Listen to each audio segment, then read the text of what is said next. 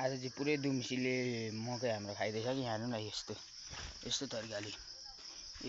तरिकाले दुम्सीले मकै खाइदिएछ। अरू चाहिँ टुप्पाहरू लगिसकेको, त्यही भएर आज चाहिँ पासो थाप्न आँटेको कि यस्तो पासो यिनीहरू कसरी थाप्छन् भन्नु होला। फेरि यस्तो हुन्छ नि, यो चाहिँ फेरि यस्तो कि यस्तो हुन्छ। अनि यो यसरी चेपिसकेपछि चाहिँ भयो कि फेरि चेपिसकेपछि अब त्यसले फुकाउन जान्दैन।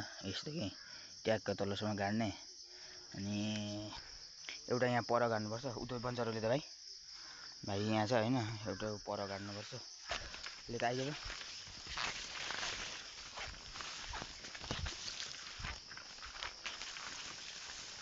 यहाँनिरबाट निस्किएको छ एउटा यहाँनिर गाडेपछि यहाँबाट निस्किएको छ है।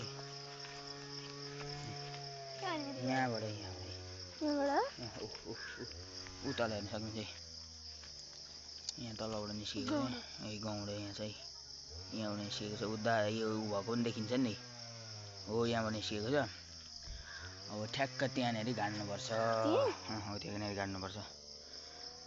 ल त यो भिडियो बना अन्त बन्चरोले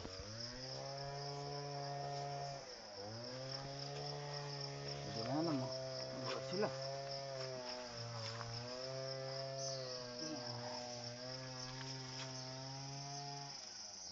मजाले बना भिडियो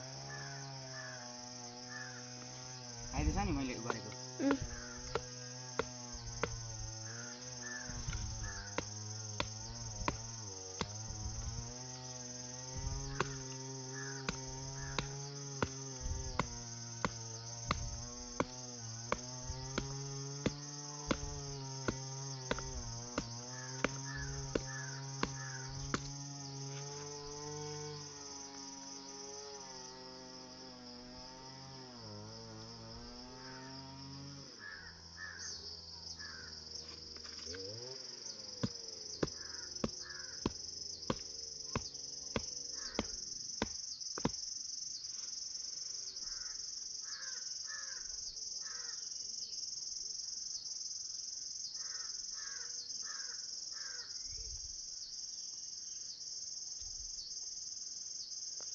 अलि त्यहाँनिर चाहिँ हुनुपर्छ होला नि सन्दु,